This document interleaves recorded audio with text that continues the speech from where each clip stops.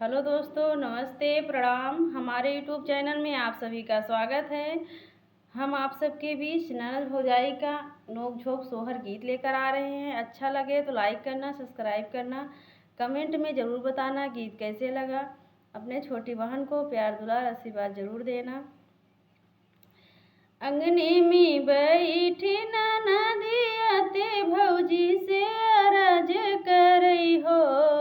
अंगने में बैठी ननदिया ते भौजी से अरज करई हो।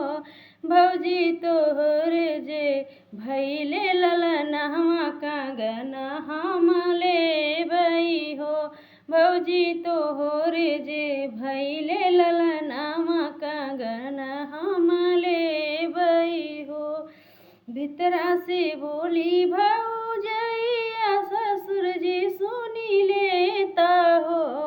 भितरा से बोली भौजैया ससुर जी सुनी लेता हो।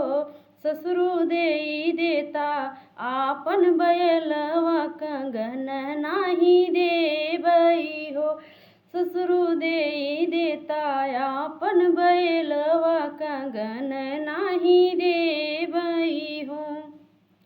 अंगने में नाचेली ननदिया बैल नाही लेबई हो। अंगने में नाचेली ननदिया बैल नाही लेबई हो। भौजी लेबई हम तोहरा कंगनवा भतीजवा के खेलाइबे हो। भौजी लेबई हम तोहरा कंगनवा भतीजवा के खेलाइबे हो। भीतरा से बोले भौजैया जेठ जी सुनी लेता हो।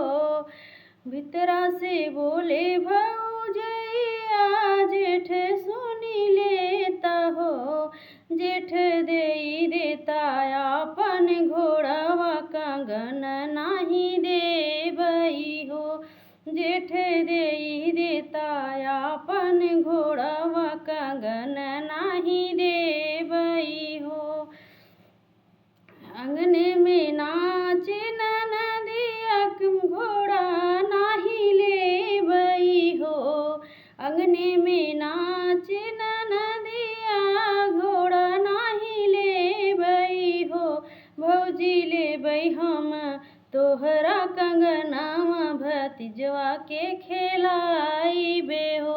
भौजी लेबई हम तोहरा कंगनवा भतीजवा के खेलाइबे हो। भीतरा से निकली भौजैया कंगन देहि फेंकी हो। ननदा ले तू हमरा कंगनवा अपने घर जाते हो। ननदा ले तू हमरा कंगनवा अपने घर जाते हो। हेलो दोस्तों, जय माता दी। गाना अच्छा लगे तो कमेंट में ज़रूर बताना।